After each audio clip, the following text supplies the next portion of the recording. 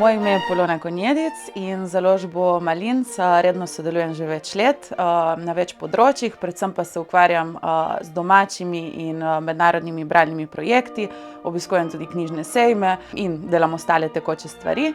Zelo sem vesela, da se imam priložnost ukvarjati z otroško in mladinsko literaturo in mislim, da bi jo mogli pravzaprav brati vsi odrasli.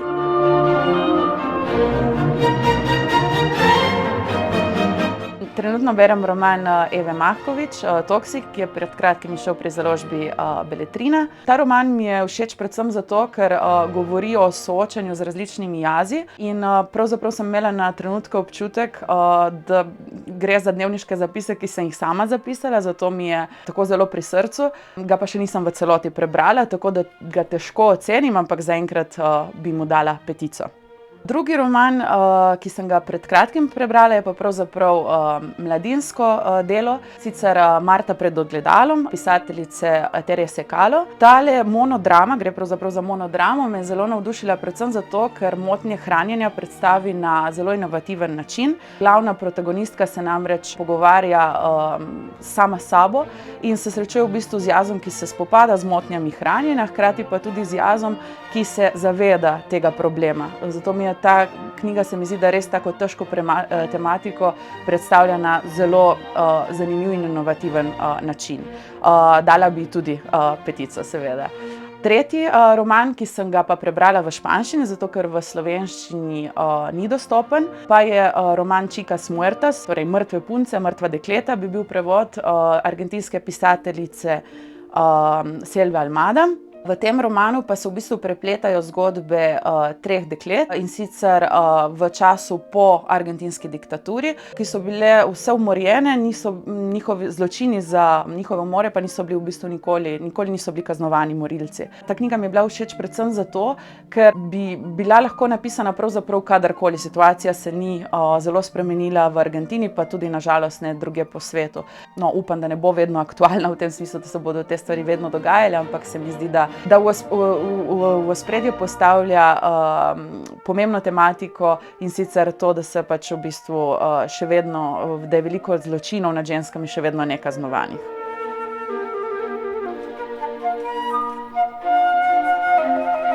Pravzaprav najljubšega žanra nimam, veliko prebiram romane, dramatika mi ni tako zelo blizu, čeprav sem prej omenila monodramo Terje Sekalo, so mi všeč dramski elementi, ne prebiram pa veliko dramatike. Poezijo pa včasih preberem celo na socialnih omrežjih, recimo na Instagramu sledim določenim stranem, ki objavljajo poezijo.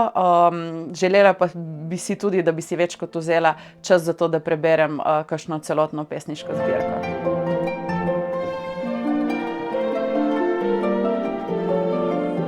Ja, tukaj se tudi zelo težko odločim za eno samo osebo. Prebrala sem vse knjige Pedra Mairala, argentinskega avtorja, tako da mi je vsekakor med ljubšimi. Zelo pa me je navdušila avtorica, ki je prej nisem poznala in ki je šla tudi pri založbi Malinc, Sophie Doll, in sicer roman Na perišču res priporočam vsem bralcem, ki si drznejo prebrati tak roman.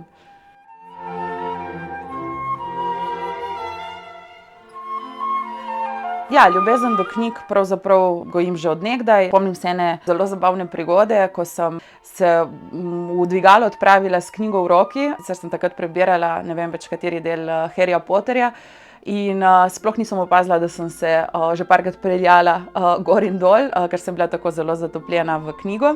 Zdaj zadnje čase pa si želim, da bi imela več časa za prostočasno branje, ker mi ga precej zmanjkuje, ampak imam pa to srečo, da na delu prebiram veliko otroških in mladinskih del.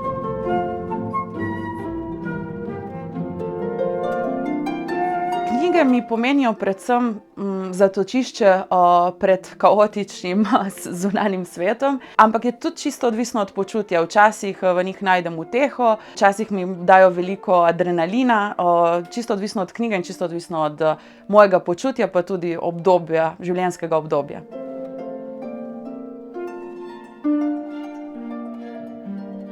To je zelo težko vprašanje, ker mi na pamet pade več knjig, v katerih bi želela živeti, ne celo življenje, ampak kakšen dan ali dva.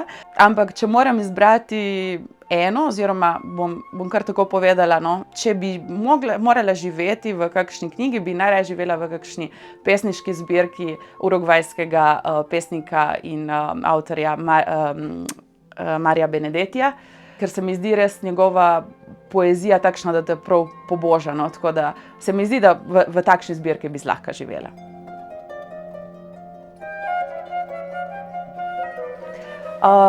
Najraje bi se pogovarjala z Erikom Voglerjem iz serije pisateljice Beatrice Osesor Eriku Voglerju, zato ker se mi zdi en res tak posrečen lik, zelo radoveden, zelo poseben v svojem delovanju in me prav zanima, kako v bistvu on razmišlja in kaj se mu plete po glavi, ko skupaj s svojim prijateljem oziroma včasih tudi sovražnikom rešuje te detektivske zaplete.